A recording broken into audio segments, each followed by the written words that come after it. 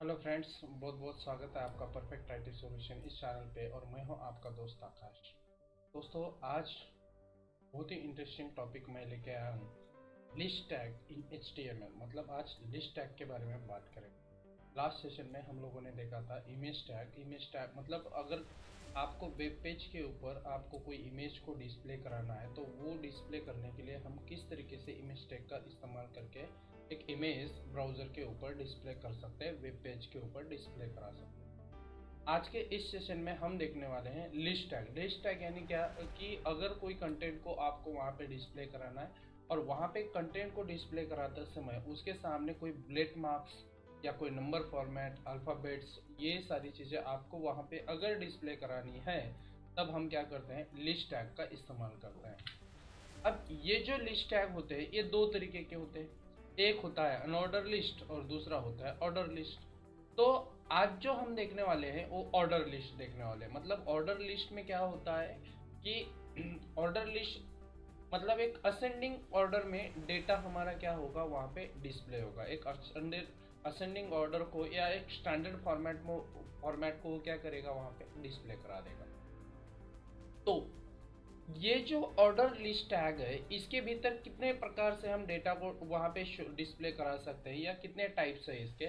तो जिस तरीके से अगर आपको अल्फ़ाबेटिकल ऑर्डर में करना है तो फिर कैपिटल अल्फ़ाबेट है, स्मॉल अल्फ़ाबेट है।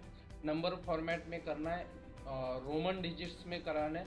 तो आप इन तरीक़ों से अलग अलग फॉर्मेट में डेटा वहाँ पे क्या कर सकते हैं, डिस्प्ले करा सकते हैं।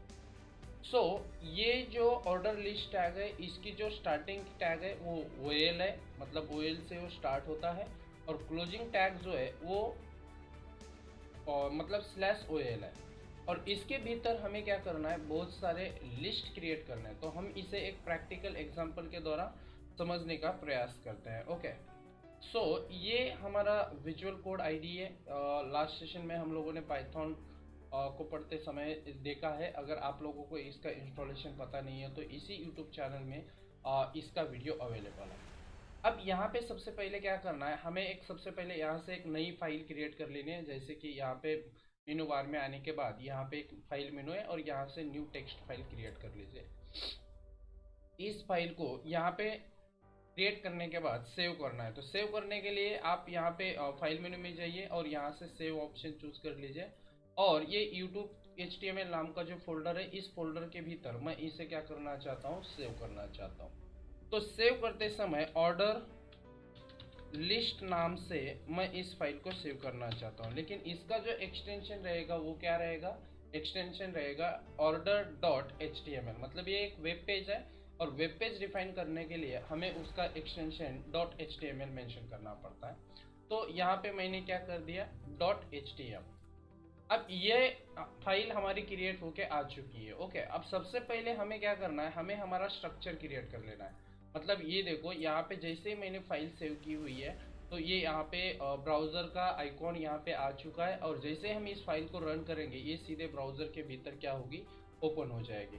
तो रन करने के लिए जस्ट आप लोगों को वहाँ पे डबल क्लिक करना है। जैसे आप डबल क्लिक करते हो तो ये कंटेंट आपका ब्राउज़र में डिस्प्ले होगा। अब यहाँ पे देख लीजिए, ये जो हमारा टाइटल है, मतलब पेज का जो टाइटल होता है, जो टैब बार होता है ब्राउज़र के भीतर, वहाँ पे डिस्प्ले होता है।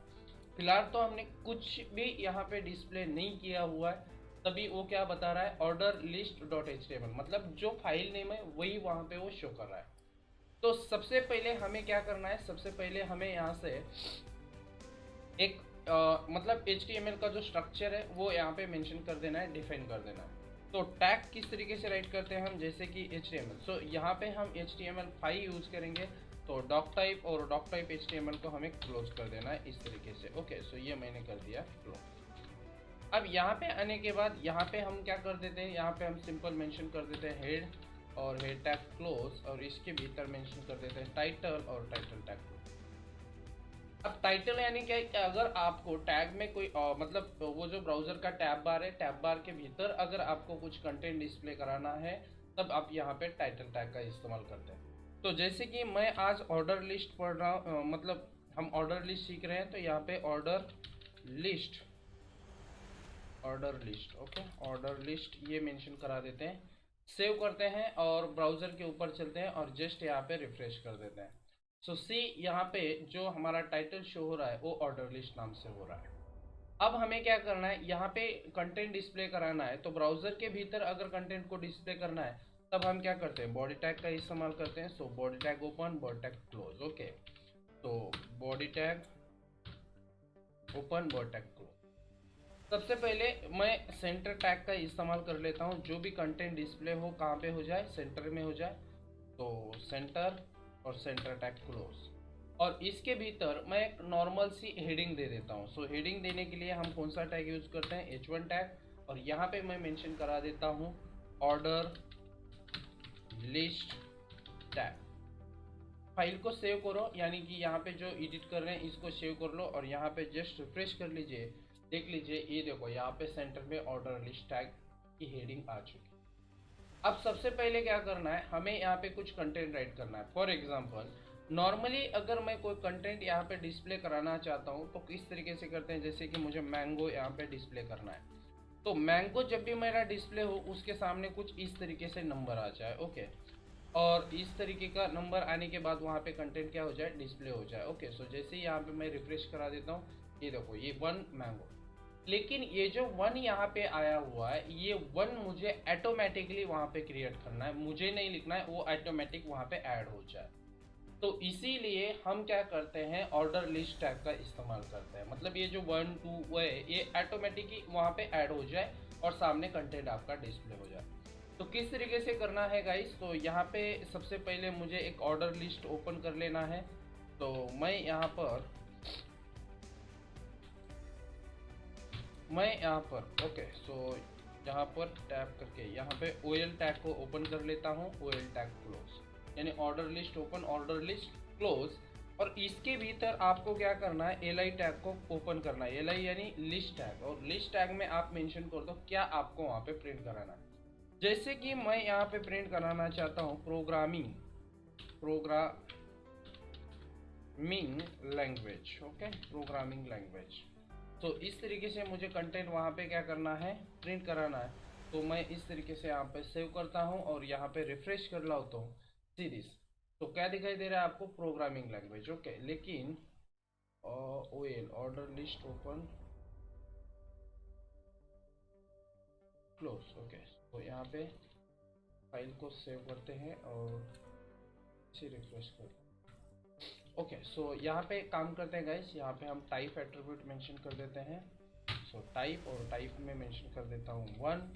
सो अब हम यहाँ पे रिफ्रेश करते हैं। ओके सी गाइस, यहाँ पे देख लीजिए, यहाँ पे ये जो कंटेंट है ये सेंटर में जा रहा है, लेकिन ये जो यहाँ पे 1 प्रिंट हो रहा है। ओके, तो एक काम कर देते हैं, हम यहाँ से सेंटर टैग हटा देते हैं। ठीक है, तो सेंटर टैग वहाँ पे एप्लीकेबल नहीं हो रहा है, तो हम यहाँ से सेंटर टैग को हटा देते हैं। ओके, और ऐसे कुछ नहीं है, बाय डिफ़ॉल्ट ये नंबर फॉर्मेट ही डिस्प्ले कराएगा, तो वो वहाँ पे प्रिंट करा रहा था, देख लीजिए। सो सी ओके, अगर आपको इसका टाइप चेंज करना है तो टाइप चेंज करने के लिए मैं यहाँ पे एक एट्रीब्यूट यूज़ कर लेता हूँ टाइप नाम का, और टाइप एट्रीब्यूट में आप इस तरीके की वैल्यू मेंशन करते हो। जैसे कि मुझे कैपिटल अल्फ़ाबेट्स में वहाँ पे कंटेंट डिस्प्ले कराना है, तो मैं इस तरीके से करा सकता हूँ। अब मैं नेक्स्ट कंटेंट जैसे ही राइट करूँ नीचे, ओके, सो यहाँ पे मैं फिर से LI ओपन कर लेता हूँ, क्लोज, और यहाँ पे मेंशन कर देते हैं जावा। तो जावा के सामने ऑटोमेटिकली B आ जाएगा सीरीज। अगर आप यहाँ पे पाइथन मेंशन करते हैं तो यहाँ पे जस्ट आप LI ओपन कर लीजिए, क्लोज कर दीजिए, और यहाँ पे मेंशन कर दीजिए पाइथन, तो यहाँ पे ऑटोमेटिकली डिस्प्ले हो जाएगा पाइथन। ओके, सो इस तरीके से क्या होगा, यहाँ पे C जो है वो ऑटोमेटिकली जुड़ जाएगा। अब हमें वहाँ पे कुछ राइट करने की ज़रूरत नहीं है। आप जितनी लिस्ट बनाओगे उतने कंटेंट या उतना अल्फ़ाबेट्स उसके सामने मतलब ऑटोमेटिकली ऐड होता जाएगा। आपको अगर यहाँ पे टाइप चेंज करना है, जैसे कि मुझे यहाँ पे कैपिटल रोमन डिजिट्स में आई मेंशन करता हूँ, तो यहाँ पे रोमन डिजिट्स प्रिंट हो जाएंगे। ठीक है, इस तरीके से। अब ठीक है, सो इस तरीके से एक कंटेंट क्या होगा, यहाँ पे डिस्प्ले हो जाएगा। अगर स्मॉल लेटर में आप आई लिखोगे तो यहाँ पे स्मॉल लेटर में कंटेंट डिस्प्ले होगा। जैसे कि मैं यहाँ पे रिफ्रेश करा देता हूँ, देख लीजिए यहाँ पे स्मॉल लेटर में। अगर आपको लगता है स्मॉल लेटर में अल्फ़ाबेटिकल नंबर्स मतलब अल्फ़ाबेट्स प्रिंट हो जाए, तो यहाँ पे ये देखो स्मॉल लेटर में अल्फ़ाबेट्स। मतलब आप जिस तरीके से भी उसके सामने कंटेंट डिस्प्ले करना चाहते हो, मतलब जो अल्फ़ाबेटिकल ऑर्डर हो, नंबर ऑर्डर हो, बाय डिफ़ॉल्ट तो यहाँ पे नंबर ऑर्डर लेगा, लेकिन आपको अगर चेंज करना है टाइप तो आप वहाँ पे एक नया टाइप दे सकते हैं। आई होप गाइस ये वीडियो आपको काफ़ी पसंद आया होगा। अगर वीडियो आपको पसंद आया है तो इस वीडियो को लाइक करें और अपने दोस्तों के साथ शेयर करें। दोस्तों अगर आपके मन में कोई भी कंफ्यूजन है तो आप नीचे कमेंट करके पूछ सकते हैं। दोस्तों चैनल को सब्सक्राइब करना ना भूलें। शुक्रिया।